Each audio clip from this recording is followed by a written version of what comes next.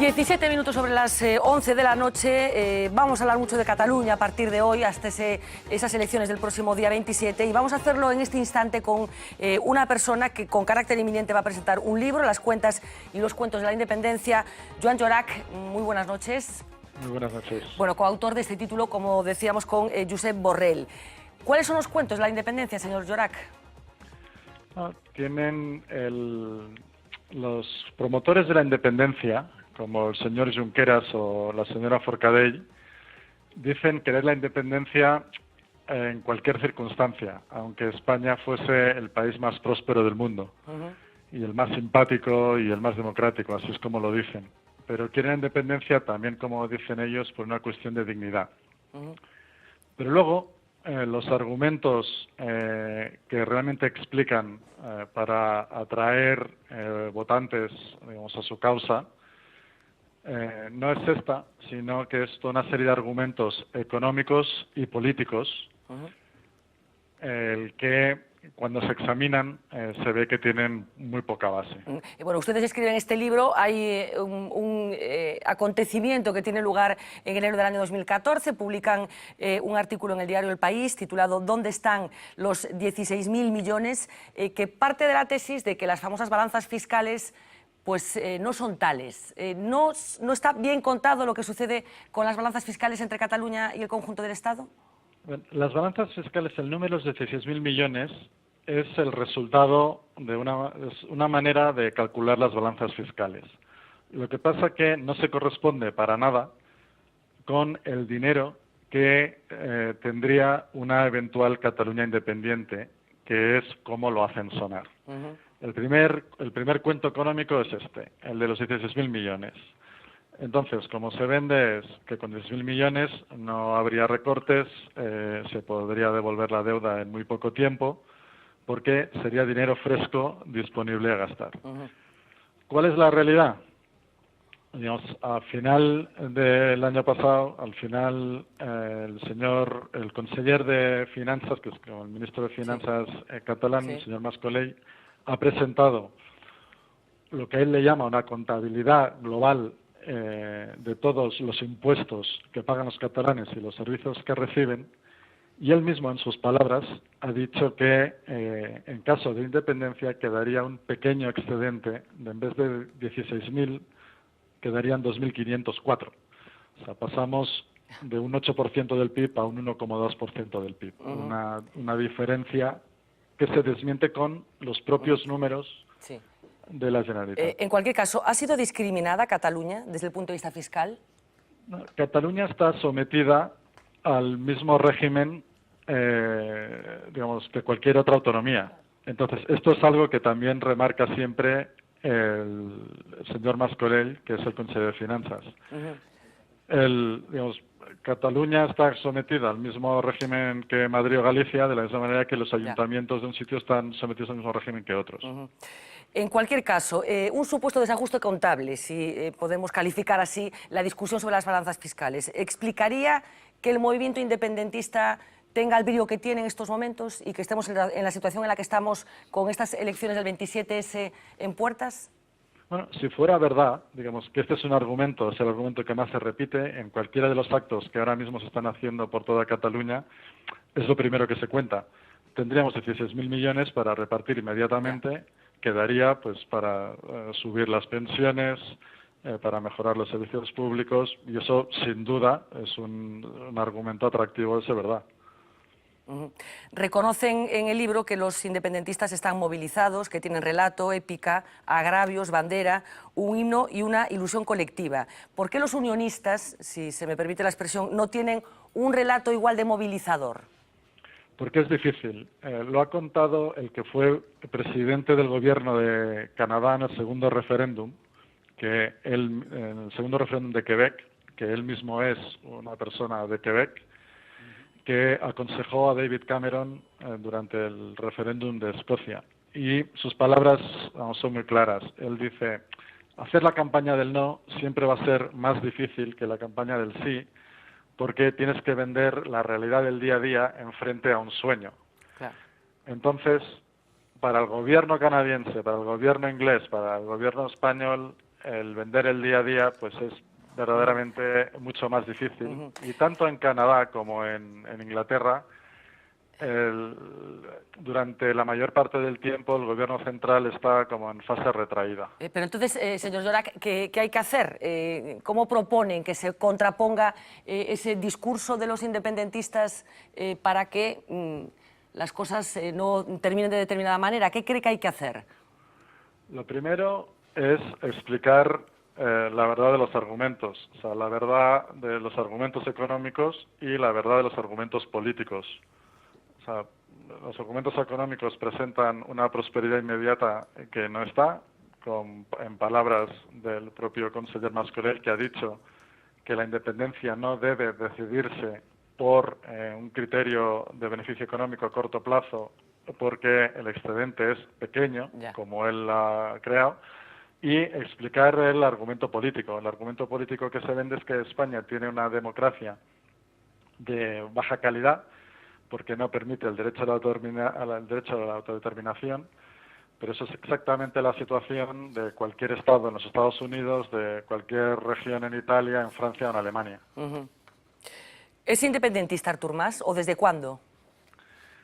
Él lo es justo desde después de la manifestación del 11 de septiembre de 2012, digamos, unas semanas después, porque justo el día después todavía dio una entrevista en la que decía que a él no le gustaba la palabra independencia, que le gustaba más la palabra interdependencia. Sí. Entonces se hizo una entrevista al señor Junqueras días después, si le había gustado esa entrevista dijo que no, porque el señor Mas no había pronunciado la palabra independencia, pero a los pocos días ya la pronunció.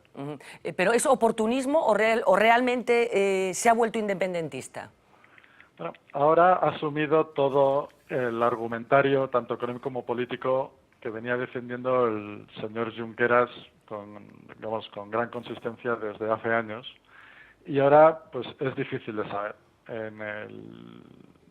Yo, desde luego, no tengo elementos de información para saber si lo es. Lo que sí que está claro es que los independentistas de toda la vida dudan de él, y sus compañeros de viaje de toda la vida, como el señor Miquel Roca, también escriben que ha dejado la iniciativa a la calle de una manera que él ve nada recomendable. En el libro reivindican una triple identidad, en su caso, la catalana, la española y la europea, que creen que es compatible. ¿Qué ventajas, bajo su punto de vista, tiene esta triple identidad frente a la identidad catalana exclusivamente? La primera son tres. La primera es la oportunidad. Digamos, para cualquier chaval que se gradúe de la universidad, para cualquier persona que monte un negocio, para cualquier cosa que tenga cualquier iniciativa, España es un territorio de oportunidad al cual no tiene ningún sentido prescindir. Es lo mismo que ocurre para un joven de Massachusetts con el resto de Estados Unidos. Entonces es todo un campo abierto que ¿para qué prescindir, para qué renunciar a él voluntariamente? El segundo punto es, España sigue siendo, un campo para establecer todo tipo de afinidades. Digamos, cualquier catalán es mucho más fácil ahora que establezca afinidad y se lo pase muy bien en una tarde estando en Galicia con andaluces, con quien sea, y el objetivo tiene que ser que este tipo de sintonía con europeos sea posible con los franceses, con los italianos, con alemanes, que cada vez avancemos más en tener sintonía y capacidad de afinidad con el resto de pueblos europeos. La independencia, desde luego, significa ir atrás, por mucho que se diga que no. Y el tercer punto es eficiencia. Digamos, por ejemplo, una agencia tributaria catalana, cosa que solo existe en el País Vasco en Europa, pues es un paso poco eficiente. Digamos, a lo que hay que ir es a que, por ejemplo, la declaración del IVA sea europea. Digamos que a una agencia tributaria europea, eso es el camino a seguir.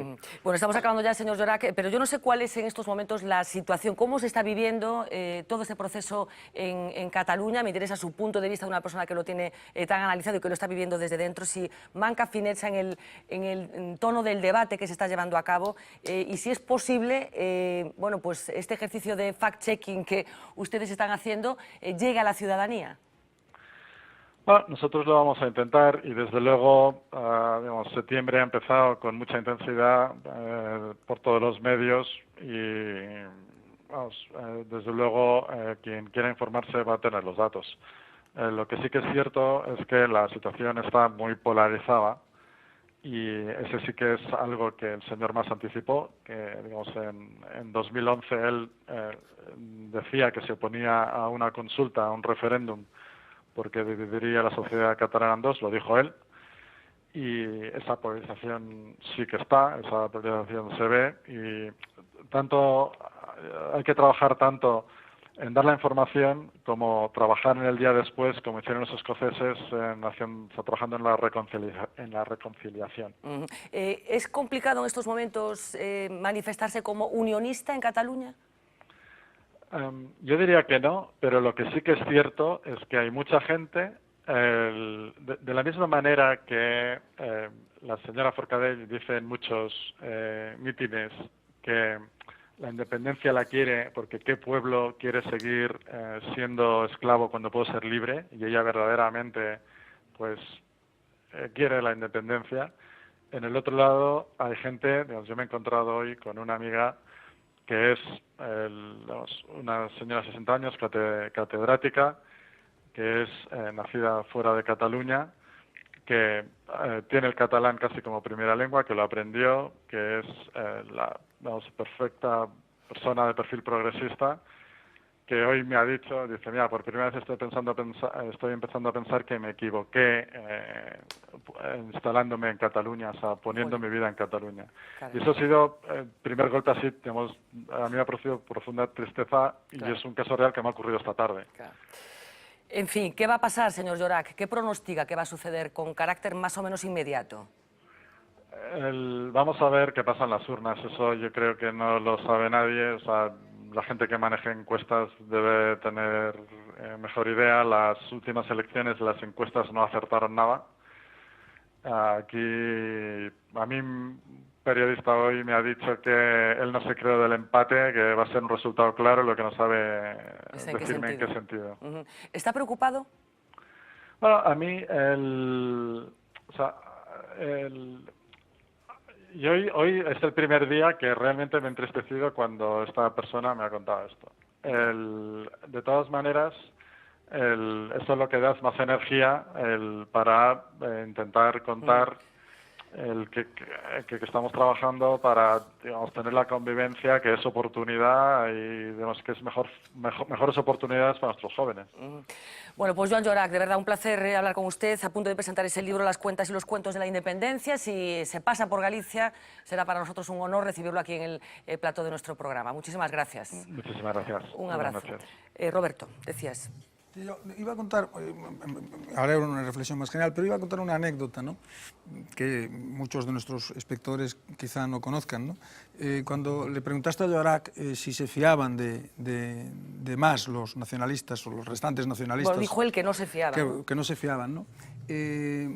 Está prácticamente demostrado que inmediatamente después de firmar la declaración proclamando el Estat català Companys en el año 1934, pronunció una frase que yo recojo en un libro reciente, que es, yo creo que textualmente, aunque no sé si dice catalanista o nacionalista, dice, ahora esto seguirán diciendo, a ver si ahora siguen diciendo que no soy catalanista o que no soy nacionalista. Es decir, no se fiaban de Companys tampoco, que es el que lleva a cabo la declaración del Estado catalán y que acaba en la cárcel. No, vamos a ver, a mí me ha interesado mucho la entrevista con Llorach, habíamos visto ya información en La Voz de Galicia sobre este tema, ¿no? Por una razón, porque yo creo que esto es lo que se echa de menos. Cuanto antes me preguntabas, ¿no?, por Rajoy, y yo comentaba que yo creía que Rajoy había estado prudente en la fase final, ya cuando se convoca el referéndum, pero que había estado, bueno, pues diríamos, poco eficiente, ¿no?, poco activo, ¿no?, en la fase previa. yo creo que lo que se echa de menos es justamente esto. Es decir, el discurso de los nacionalistas es un discurso que tiene una gran capacidad de generar ilusión. El principio es el principio de todos los nacionalismos. Estamos oprimidos y como estamos oprimidos queremos la libertad, ¿no? Por tanto, esto no es fácil de vender, pero una vez que consigues venderlo es muy difícil de combatir. Y claro, para combatirlo hay que contraargumentar, y no ha habido contraargumentación. Las mentiras económicas, que son absolutamente monumentales, no se han contraargumentado, no se ha contraargumentado las mentiras históricas. Diré una, ¿no? En 1714, los decretos de Nueva Planta, el comienzo de la dinastía de los Borbones en Cataluña, significa el aplastamiento de Cataluña. Es una mentira inmensa. Es decir, Cataluña, y de manera muy especial Barcelona, renace de una manera espectacular tras la llegada de los Borbones. Hay estudios de los mejores historiadores de historia moderna en España. Yo estuve en un simposio hace poco sobre ese tema, que lo ponen de relieve. Por lo tanto, toda esa, diríamos, incapacidad para enfrentar el discurso de los nacionalistas con argumentación, con poderío de argumentos, yo creo que ha faltado. Bueno, hoy se ha producido una noticia, enseguida te preguntaré específicamente por ella, que es esa reforma express del Tribunal Constitucional promovida por el Partido Popular y cuestionada por la práctica totalidad del arco parlamentario, que no es el Partido Popular, por las formas, por el fondo, por el momento, etcétera, etcétera. Enseguida hablaremos de eso, pero busco primero algo que tiene que ver con lo que acabamos de hablar con Joan Orrac. Yo repartiré mi intervención en dos partes muy breves, ¿no? La primera es que la intervención que acaba de hacer Llorac me parece excepcional para este momento, porque da argumentos muy contundentes, muy simples, muy fáciles de entender, tanto los da de orden económico, pero también los dio muy bien de orden comparativo, que son extraordinariamente bien expuestos, y los dio también de orden moral, ¿no? Y por tanto, desde esa perspectiva, yo creo que está en el sobresaliente cum laude de la intervención de ahí. Yo creo que tiene un fallo. Creo que esta intervención tiene mucho valor, y lo que voy a decir ahora del fallo, a buenas horas mangas verdes, pero tiene un fallo. Una parte importantísima de la construcción de este momento político autonómico le corresponde al PSOE. Es decir, le corresponde a Maragall, a Zapatero, a Manuel Castells y al tripartito de Montilla. El que inicia esto es Maragall. Es Maragall. Y el que le da el impulso es Zapatero. Y el que le instrumenta las balanzas fiscales en el sentido peor que están diciendo ahora es el consejero, Borrell, el consejero de económico. Es el consejero Castells. En el año, creo recordar que 2001 o por ahí. Sí, ¿no? Es Castells el que... De tal manera que el follón construye la historia de las balanzas. Es decir, el independentismo no hablando de Convergencia como partido, sino el independentismo que hay ahora recoge el proceso popular hecho. Bueno, y por tanto que no endeblece... reconoce esto, ¿eh? O sea, su tesis pues, parte del hecho de que la construcción del si mito lo reconoce cuando fiscales, tú dices, ¿y por qué no hubo un discurso de Estado? No se puede hacer si la mitad del Estado no lo quiere hacer. Y si la mitad del Estado aprovecha el momento catalán para hacerle la cusca a la otra mitad.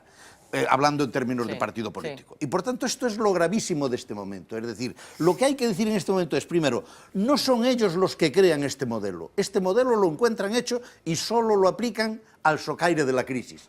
Probablemente Castells no contaba con una crisis, no contaba con que lo que él estaba haciendo se utilizaría así. De hecho, José Luis, solo añadir una cosa. De hecho, todo el proceso que se inicia con la manifestación del 2012, es un proceso en el que cuentan con el apoyo del Partido Socialista. Todo, el PSC está durante un año y medio en este proceso, apoyando hasta que se rompe y hasta que se deshace.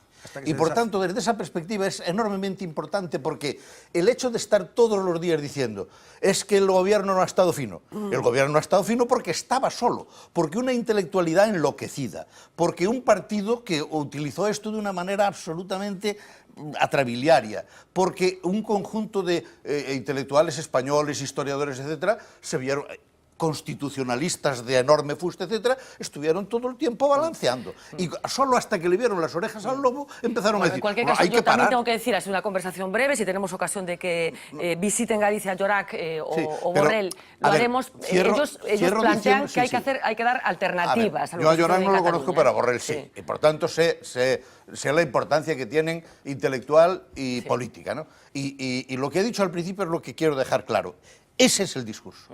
Ahora, para entender lo que ha pasado en Cataluña y cuando decimos ahora mismo, es decir, no te llames a estupor, esto no aparece en la noche a la mañana, estos son 15 años de construcción en el cual vosotros, Borrell, estaban por omisión, por cierto que no por acción. En el caso de Borrell, es de los que menos estaban. No, claro, estaban por omisión simplemente, pero Borrell no ocultaba nunca su posición contra esta Es muy interesante lo que se va sabiendo del libro, que como digo se publica con carácter inmediato y que tiene que ver con esa revisión de los datos, pero es verdad que ellos sí que plantean que hay que revisitar, digamos, la situación en la que se encuentra Cataluña y su relación con el conjunto del Estado. Enseguida os voy a escuchar, pero es verdad que en las últimas semanas, yo creo que semanas, sí que estamos viendo una especie de ofensiva de los unionistas, vamos a llamarles así. Tardía. Uno de ellos, Felipe González, se hablaba de esa carta que hace unos días publicaba en el diario El País, con extractos como estos.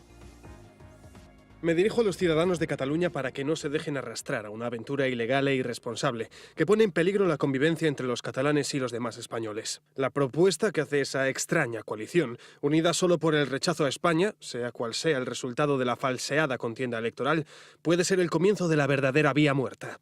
¿Cómo es posible que se quiera llevar al pueblo catalán al aislamiento, a una especie de Albania del siglo XXI?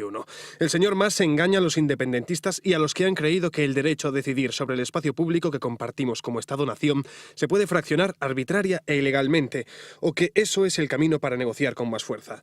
Comete el mismo error que Tsipras en Grecia, pero fuera de la ley y con resultados más graves. Pueden creerme, no conseguirán, rompiendo la legalidad, sentar a una mesa de negociación a nadie que tenga el deber de respetarla y hacerla cumplir.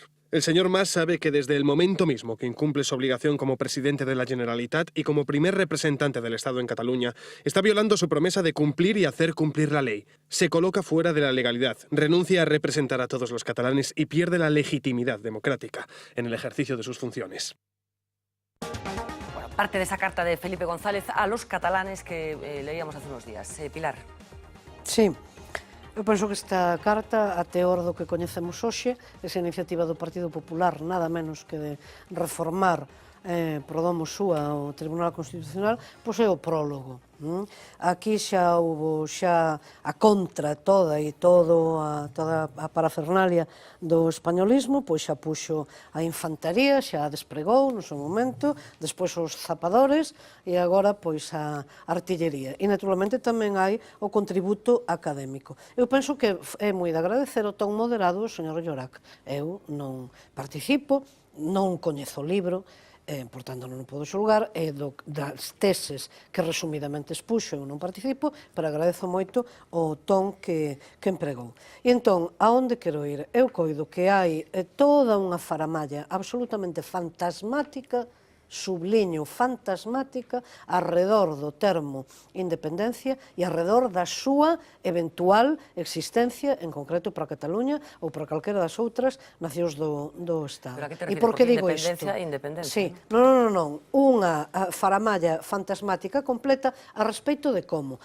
as contas non a altura actual, vamos ver, se hai un proceso de votación que se respeita e de inicio da constitución de un novo Estado, a partir de aí todo se pode dialogar, todo se pode falar e todo se pode cuantificar ou todo se pode paccionar. E iso aconteceu na historia, tamén non únicamente na remota, senón na recente en Europa, cantidade de veces. E permitideme un exemplo gráfico. Alguén lle cabe na cabeza que Praga e Bratislava non se falen, non interactúen, non teñan contacto entre elas do ponto de vista económico, do ponto de vista político, do ponto de vista cultural. A independencia supón autarquía, acaso, se esa é absolutamente inexistente no mundo actual. Independencia é ou vai de seu, que automáticamente é interdependencia, como todo o mundo, como calquera Estado hoxe constituído. De maneira que eu penso que sería moi positivo que houvese a vontade de escoitar, que se prescindise de toda a carga de caricatura, de toda a carga de Pilar, moitas veces a patoloxización. caricatura tamén a proporcionan eles, Eu digo, porque eu non, estamos lendo non lle cousas...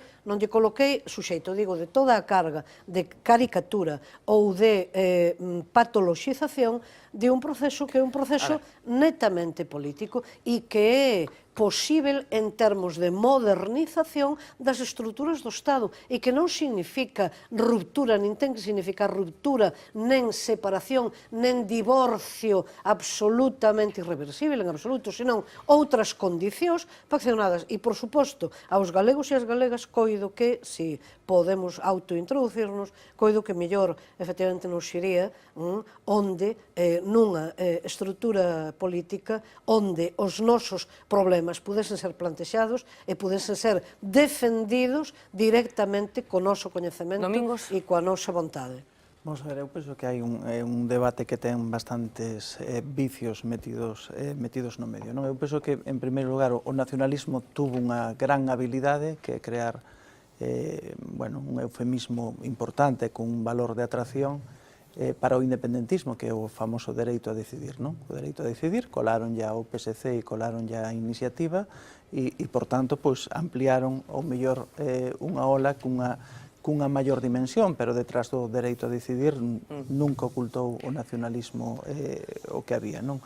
E despois, respecto a Llorac e a Borrell, eu lembrome hai cousa de 2 anos, estaba consultando aquí agora mesmo, viñera Borrell precisamente a Santiago e nunha entrevista que nos concedera decía el que todo o proceso da escisión catalana está basado, fundamentado sobre unha gran mentira, non? Que é un espolio fiscal que non existe.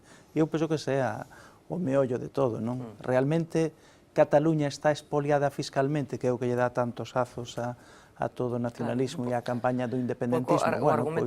Pois eu penso que é certo que naquel momento, xa naquela altura, hai 2 anos, votaba Borrell en falta de que non houbera un discurso que ocupara o espacio público contraposto ao independentismo, porque nunca a administración e o aparato do Estado se molestou mellor en realmente facer, publicar as contas, esas balanzas e explicar como teñen que ser as cousas. Damnificados fiscalmente somos nós. Es que otras cosas explican, por ejemplo, que para Artur Mas ha sido siempre un referente las famosas balanzas fiscales de los Länder alemanes. Eu penso que non somos damnificados se os cataláns non pagan os seus impostos. Eu penso que somos bastante damnificados. A respeito do Estado, porque nós non dependemos da Facenda. Bueno, decía que en el libro entre las cosas que cuentan es que Artur Mas utiliza como referente posible las balanzas fiscales de los Länder alemanes para acabar diciendo que no existen tales balanzas fiscales en el caso de los Länder alemanes, que no hay. Ti preguntabas por Rajoy antes polo perfil. Logo eu quería comentar a propósito. Dice una cosa que es muy interesante. Tú le preguntas si hay expolio fiscal, en fin, no sé si lo formulas así la pregunta, ¿no? La podríamos recuperar, y él contesta, no, mire, el sistema de financiación que tiene Cataluña es exactamente el mismo que hay en toda España. Él no dice una cosa, probablemente porque no es el contexto para decirla, en realidad no es de todo el Estado. Sí, bueno, el País Vasco y Navarra... No menciona Navarra, pero el País Vasco sí, y dijo que era el único caso europeo. El único caso europeo, el único caso de un Estado... En cualquier caso, en todo este relato que se va construyendo, Roberto, hoy tenemos una nueva noticia, sospecho que esto va a ser así diario a partir de ahora, esa decisión del Partido Popular de por la vía de urgencia proceder a una reforma del Tribunal Constitucional que básicamente supongo que pretende proteger al Gobierno para el caso de que tenga que tomar una decisión extrema con respecto a Artur Mas en función de los resultados del 27S. Yo no sé si crees que este es el camino más adecuado, si introduce una novedad en el funcionamiento del Tribunal Constitucional, que es que actúe como sujeto punible, digamos, de personas que incumplan las sentencias del Constitucional, y en cualquier caso incumplimientos de sentencias del Constitucional supongo que hay muchas, ¿no? Hay muchos. Vamos a ver, yo no había visto más que la noticia, por razones que no hacen al caso. Esta tarde me miré el texto de la proposición, del proyecto de ley, y lo primero que hay que decir, y hay que decirlo con claridad, es que al margen del juicio que merezca el proyecto, y ahora explicaré cuál es el juicio que me merece el proyecto es la consecuencia de un hecho insólito, ¿no? Y es que hay un gobierno que incumple las sentencias del Constitucional. Es decir, que esto es verdad que las sentencias del Constitucional son de dos tipos, y las que son interpretativas, es decir, las sentencias que no dan un fallo.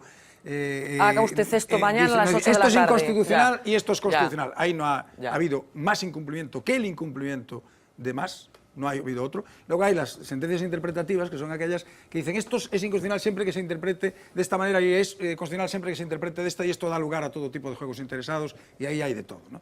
Pero hasta que más incumple la sentencia del Constitucional convocando el referéndum, que la incumple de una manera flagrante, convoca un referéndum que no es el referéndum que él quería convocar, pero que es un referéndum de autodeterminación, que es una consulta de autodeterminación, incumpliendo dramática y esto trágicamente la sentencia del Constitucional. Ese problema no se había planteado. Es insólito que una autoridad del Estado incumpla un pronunciamiento del Constitucional. Y por tanto, a esa realidad, que es una realidad, insisto, insólita, de la que el culpable es el incumplidor y no otro, es a la que responde el proyecto. Y lo hace de dos maneras, ¿no? Para no entrar en tecnicismos, lo hace básicamente de dos maneras. ¿Por qué? Pues porque el Tribunal Constitucional, lo dice en la exposición de motivos del texto, hasta ahora disponía de instrumentos no muy eficaces, dice instrumentos genéricos, creo que dice el preámbulo, para lograr el cumplimiento de sus sentencias. El Tribunal Constitucional estaba inerme, es decir, estaba indefenso ante la en realidad de que alguien incumpliera pero, sus sentencias. dejamos, es que no te quiero interrumpir, pero simplemente por poner una pequeña intervención que tuvo lugar en el Senado, había sesión de control y como consecuencia de esta decisión, que por cierto comunicó a la opinión pública también el candidato del Partido Popular a la Generalitat de Cataluña, el señor Albiol, que ha sido muy cuestionado, gesto que ha sido lógicamente muy criticado por parte de todo el mundo, decía que hoy ha habido sesión de control PSOE, PP, Óscar López por el Partido Socialista, el ministro de Justicia por el Partido Popular, y escuchen lo que decía Óscar López en relación con esta decisión que haya tomado el PP y su gestión. Escúchenlo. Habló usted de consenso, y eso es lo que necesita este país. Diálogo, acuerdos, consensos, y eso es lo que acaban de hacer ustedes esta mañana, ¿verdad? Con la propuesta que hacen de reforma del Tribunal Constitucional que presenta el Grupo Parlamentario Popular, por cierto, presenta el candidato del PP en Cataluña, utilizando una vez más todas las administraciones, el Senado, el Congreso, Televisión Española, los presupuestos generales del Estado, lo que sea para hacer campaña del Partido Popular. Mire usted, señor ministro, a ustedes les importa bien poco la convivencia. Ustedes se mueven bien en el choque de trenes, señor ministro. A ustedes les importa bien poco y en lugar de estar alimentando la convivencia, hacen lo que han hecho hoy. ¿Sabe lo que son ustedes? Una máquina de hacer nacionalistas. Ustedes son un gobierno pirómano que echa gasolina al fuego. Gasolina, por cierto, para los independentistas, que eso es lo que no necesita este país. Una máquina de hacer nacionalistas, unos pirómanos que echan gasolina al fuego. Partido Socialista, pero lo de hoy... Voy al texto, pero bien, en todo caso hay que decirlo, esta es la teoría tradicional del Partido Socialista, Tenemos que ser hay breves, por un favor. choque de trenes, lo cual es una mamarrachada como la copa de un pino. Es decir, que bueno, evidentemente hay un tren que va a toda velocidad contra la ley, contra la Constitución, y hay un gobierno que la defiende. Sería exactamente la misma posición la del gobierno socialista si estuviera gobernando ahora. De hecho, el artículo de Felipe González, alguna cuña final, es un artículo que podría firmar, vamos, Bueno, el Partido Socialista ahora no es el que no es Claro, Felipe González. claro, sí, efectivamente, el Partido Socialista ahora yo ya no sé lo que podría hacer, podría ser cualquier cosa, entre otras decir las tonterías que dice Óscar López. Vamos el proyecto incluye básicamente dos medidas. Una que yo creo que no es constitucional, que que es jurídicamente inadmisible, y otra que es jurídicamente dudosa, pero políticamente ineficaz, que no sirve para nada. La primera es que habilita al Tribunal Constitucional para dictar para aquellos que incumplan, a las autoridades y funcionarios, empleados públicos creo que dice, y autoridades que incumplan las sentencias, para imponerles multas de 3 a 30.000 euros, me parece recordar. Sí. Esto es una cosa que es risible. O sea, si alguien está dispuesto a incumplir una sentencia, vamos, no lo vas a amenazar porque le pongas 1 o 5 multas, porque dice incluso sucesivas multas de 3 a 30.000 euros. Es completamente risible. Y la segunda, son varias, pero la segunda importante, relevante, yo creo que esta es la principal dificultad del proyecto, yo creo que esto no es acorde con la Constitución, es que incluye la posibilidad de que el Tribunal Constitucional suspenda a las autoridades o empleados públicos que incumplan sus sentencias. Bien, nosotros tenemos un mecanismo en la Constitución perfectamente claro, previsto, para el supuesto de que se produzca un grave incumplimiento por parte de las autoridades autonómicas de las normas legales, que es el previsto en el artículo 155. Y meter al Tribunal Constitucional en esta pelea es un error, yo creo que de gran envergadura. Esto no le corresponde al Tribunal Constitucional. El Tribunal Constitucional no puede... Bueno, pero entonces, de alguna manera, lo que dice Óscar López, de que esto en Cataluña se está interpretando de una determinada manera que no beneficia en nada a lo que está pasando... Óscar López lo que hace es apoyar esa interpretación. Es decir, es lo que me parece. Es decir, la teoría esa de que ustedes lo que hacen es fabricar nacionalistas. Mire, no diga usted tonterías. Es decir, que puede ser equivocado o acertado. Yo creo que es un error. Creo que además es un error políticamente y un error jurídicamente. Es decir, que es inadecuado jurídicamente. Pero el problema de fondo no lo plantea el gobierno, el problema de fondo lo plantea quien incumple las sentencias del Tribunal Constitucional por primera vez en los 30 y tantos años que llevamos de democracia. Bueno, os pido prácticamente nada, un título, una aproximación a este asunto. Dos cositas muy breves. En primer lugar, una palabra sobre el artículo de Felipe González. Yo le aplicaría un poco los dos esquemas de antes. Felipe González hubiese hecho un servicio a la nación extraordinario si este artículo se lo hubiese mandado a los del PSC hace 2 años. Claro, por ejemplo. Y ya estaba todo arreglado. Es decir, hubiese desautorizado todo aquel proceso como lo desautoriza ahora, porque lo que hace Felipe González es extraordinariamente apodíctico, no hay nada que negar, ¿no? Pero claro, y luego la segunda cuestión, que la mencionaba en cierta medida Roberto, que es que al final le pone unas cositas de esas que hay que dialogar, que quiere decir que parece que tiene una solución, que no tiene. Y acusa al gobierno de no dialogar. Y es para diferenciarse del PP. Y eso ahora son cosas de mal pagador. Vamos a ver, en el segundo asunto, que yo, sin entrar en los temas técnicos que Roberto explica mucho mejor que yo. Este es el resultado de urgencia de no haber hecho lo que se debió de hacer desde hace mucho tiempo.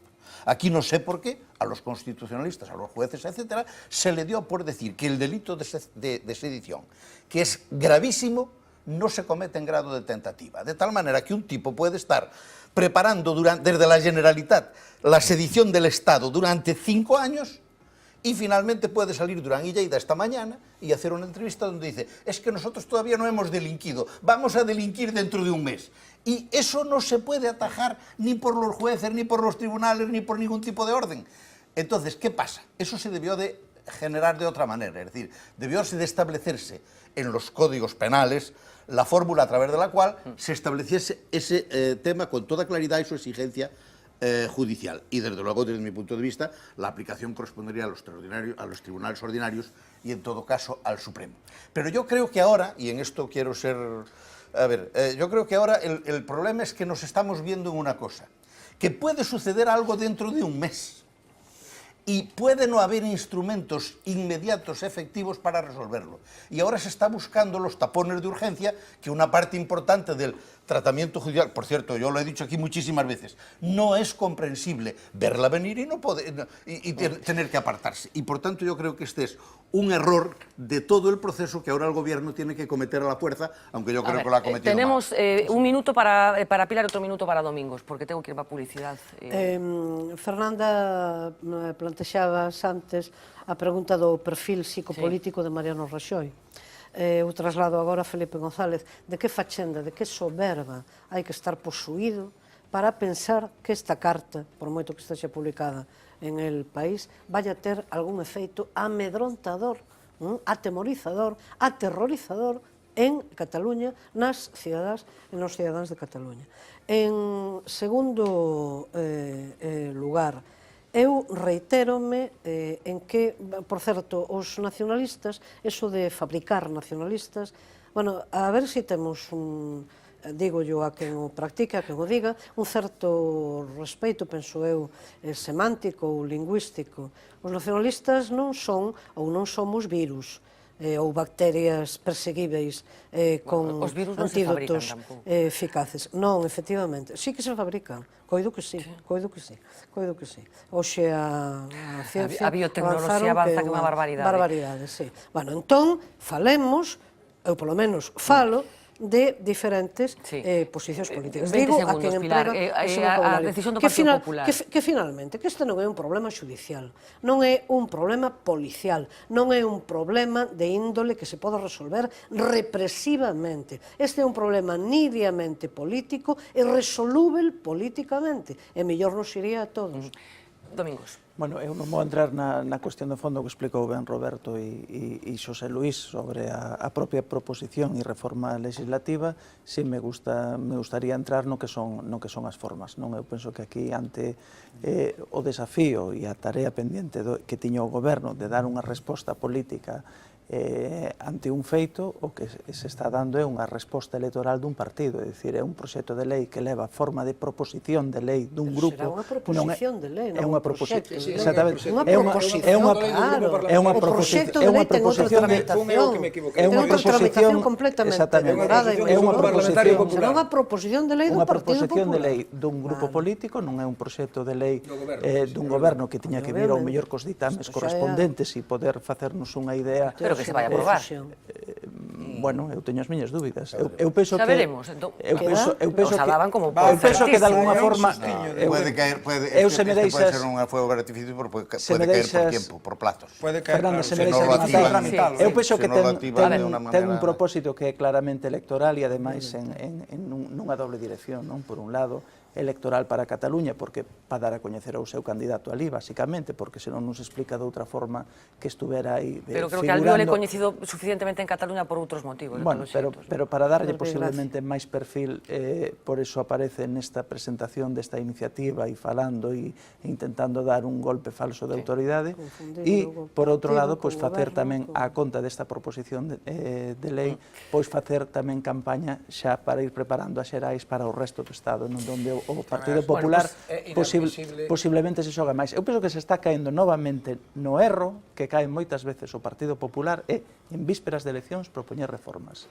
Eso está totalmente desaconsellado en calquer sistema, en calquer democracia occidental. É dicir, fixo que a reforma electoral en vísperas das municipais, a uns cuantos meses que acabou, e había moitos máis meses para facela do que se dispón de tempo agora en Cataluña, fixo tamén o Partido Popular en Galicia aquí antes das autonómicas do 2012 e tamén tuvo que volver a pagar.